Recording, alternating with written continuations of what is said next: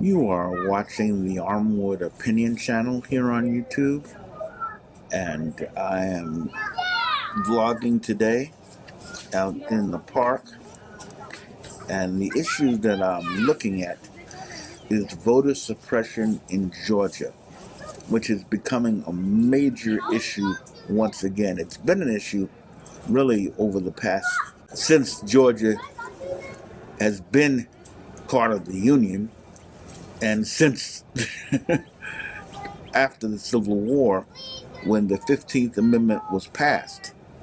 And since that time, African Americans have not been allowed to vote, but maybe score 20, 25, 30 years. 2 years ago,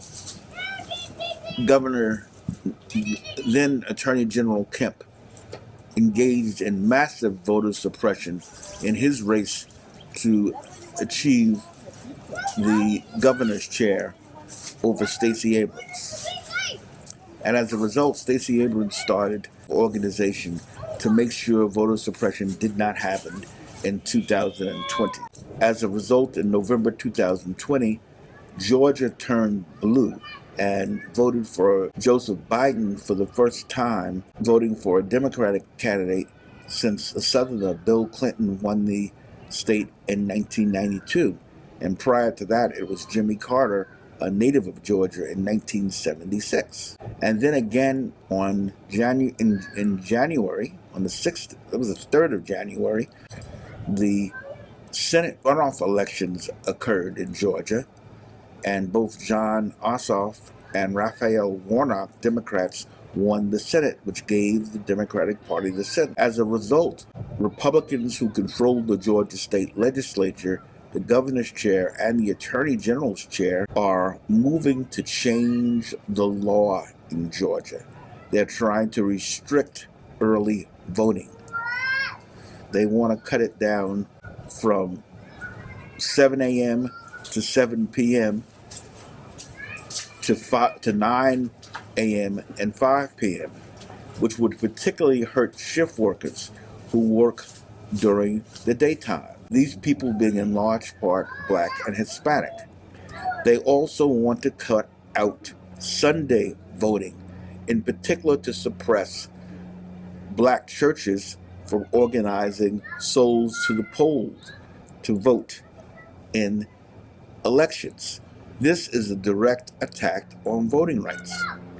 And the reason they can get away with this is that the Scalia court took away the enforcement provisions, the preclearance provisions of the Voting Rights Act of 1965, which required states that were making changes in their voting laws to have them pre-cleared by the U.S. Justice Department. As a result, since then, many states, both in the South and the North, have started engaging in voter suppression.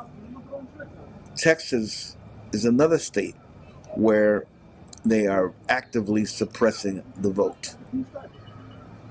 We have to push our senators across the country to vote for and even co-sponsor the bill that has already passed Congress, I believe it was on January 4th, as House Bill 1, which has been called the John Lewis Voting Rights Act.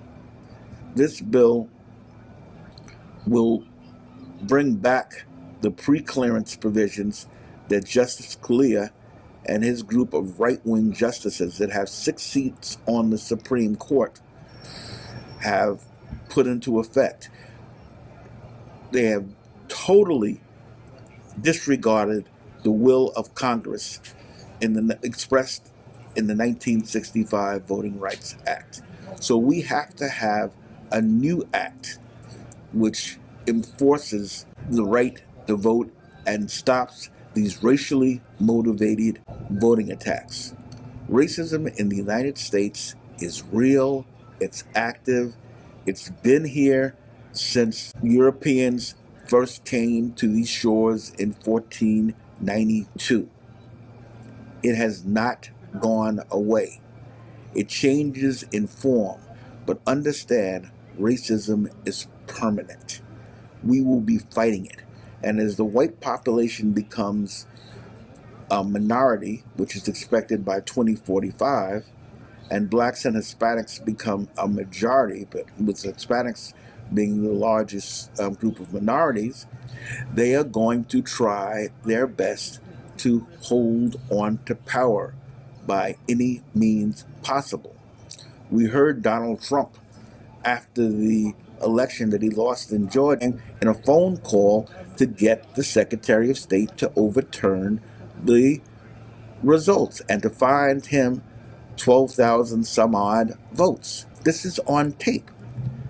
Thankfully, we have a black attorney general in Fulton County, and he particularly wanted them to turn over the votes in Fulton County.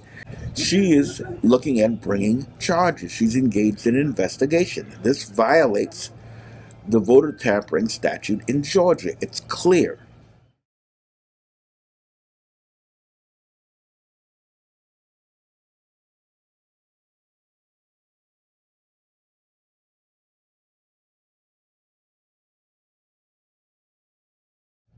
Donald Trump is a criminal. He engaged in criminal activity, as did Senator Lindsey Graham of South Carolina, another criminal who called the Georgia Secretary of State. The Republican Secretary of State didn't agree to do that, but he is going along with the attempts to limit early voting, specifically targeting minority voters. And they're also trying to stop mail-in voting, which hurts people who don't drive, who don't live in metropolitan areas. And it also hurts senior citizens like myself, shut-ins. The Republicans are evil. They are conservatives. Conservatives, by definition, want to retain the existing power relationships in society. So if you're a conservative in America, you are a white supremacist. I don't care who you are, what color you are, what ethnicity you are. If you are a conservative, you are supporting white supremacy. We have to fight these people. They are our enemies. They will do anything. They will invade the U.S. Capitol as they did on January 6th. So, I'm going to end this video right now by saying we must vote. Whether it is in local elections for your state representatives and assembly, whether it's congressional elections, whether it's U.S. senators, whether it's presidents, whether it's mayoral elections, whether it's county commission, whether it's city councils. All of these elections matter. These people collectively make the decisions which affect our lives.